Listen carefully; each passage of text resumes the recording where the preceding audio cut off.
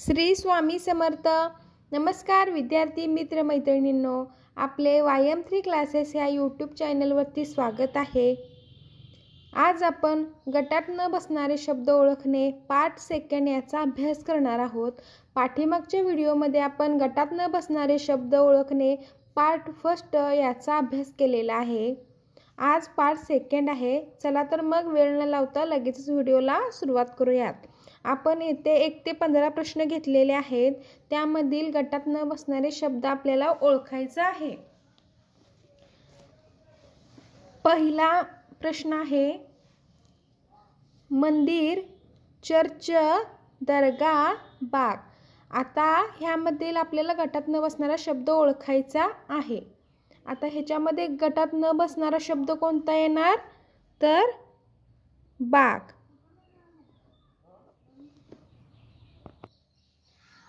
तर बाग हा गटात न बसणारा शब्द कसा आहे तर मंदिर, चर्च, दर्गा हे एकसारखे गट आहेत किंवा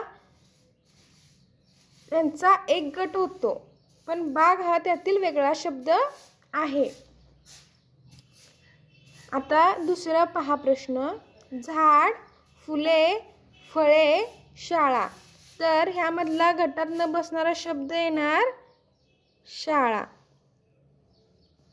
शाळा हा शब्द गटात न बसणारा का आहे तर झाड, फुलं, फळं ह्यांचा वेगळा ग्रुप आहे आणि शाळा हा गटात न बसणारा आहे. आता तिसरा, मासा, मगर, डॉल्फिन, गाय. तर ह्याच्यामध्ये गटात न बसणारा शब्द कोणता येणार तर गाय. काय येणार गाय तर मासा, मगर, डॉल्फिन हे पाण्यामध्ये असतात व गाय ही जमिनीवरती असते, त्यामुळं गाय हा वेगळा शब्द होणार. आता चौथा पहा प्रश्न, मेघा, ते, त्या, ती. तर ह्यातील गटात न बसणारा शब्द कोणता होणार तर मेघा. का होणार तर मेघा हे नाम आहे, ते, त्या, ती हे सगळे सर्वनाम आहेत, त्यामुळं मेघा हे गटात न बसणारा शब्द होईल. आता पाचवा पहा प्रश्न, मुले, मुली, शिक्षक, उद्यान. तर गटात न बसणारा शब्द कोणता येणार तर उद्यान. काय येणार उद्यान तर मुले, मुली आणि शिक्षक हे शाळेमध्ये असतात आणि उद्यान हाच वेगळा शब्द किंवा गटात न बसणारा शब्द आहे. आता सहावा पहा, गुलाबी, काळा, लाल आणि वही. तर यातील गटात न बसणारा शब्द कोणता येणार तर वही. काय येणार वही तर गुलाबी, काळा, लाल हे कलर आहेत किंवा रंग आहेत, रंगांचा हा ग्रुप झाला आणि वही त्यामध्ये असते का तर नाही, त्यामुळं वही हा विसंगत घटक किंवा गटात न बसणारा शब्द आहे. आता सातवं पहा, प्रकाश, तेज, उजेड, अंधार.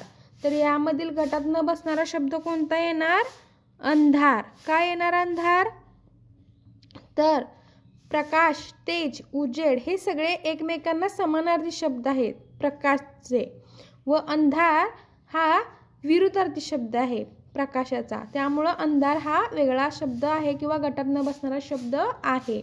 आता पहा आठवा प्रश्न, वही, पेन, पेन्सिल, दवाखाना. तर विसंगत घटक किंवा गटात न बसणारा शब्द कोणता तर दवाखाना. का तर वही, पेन, पेन्सिल ह्यांचा संच वेगळा होतो किंवा त्यांचा गट वेगळा आहे, पण दवाखाना विसंगत आहे. किंवा वही, पेन, पेन्सिल हे शालेय साहित्य आहे, दवाखान्याचा काही संबंध आहे का नाही, त्यामुळे दवाखाना हा विसंगत किंवा वेगळा घटक आहे. आता 9वं पहा, सायन्स, मॅथ्स, हिस्ट्री, फिजिक्स. तर ह्यामधील विसंगत घटक कोणता येणार तर हिस्ट्री.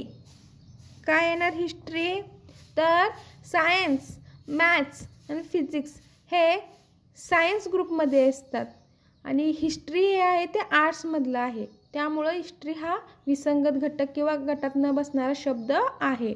आता 10वं पहा, तेल, तूप, लोणी, दही. तर ह्यामधील दही हा विसंगत घटक आहे, कारण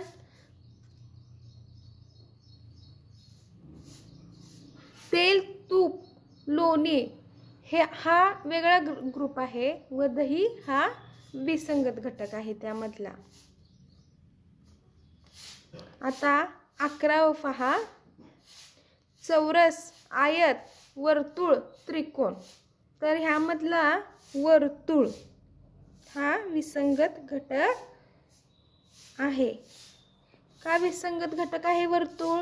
तर चौरस, आयत आणि त्रिकोणाला ह्या बाजू असतात, पण वर्तुळाला बाजू असते का? नाही. इथं पहा, हा चौरस, हा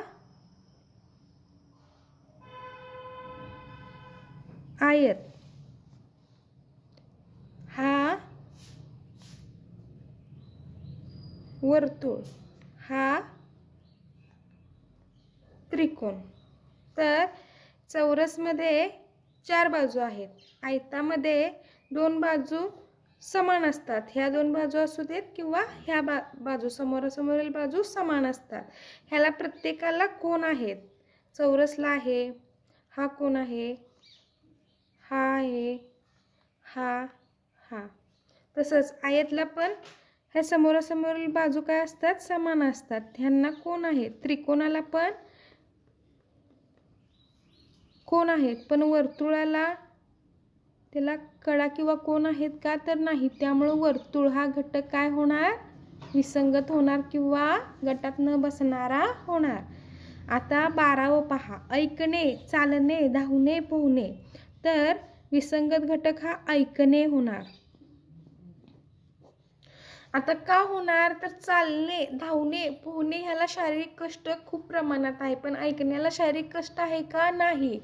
ऐकणे, कोणतरी दुसरा वक्ता बोलत असेल तर आपण फक्त ऐकायचं काम करत असतो, पण चालणे, धावणे, पोहणे यामध्ये आपण स्वतः ते कार्य करावं लागतं.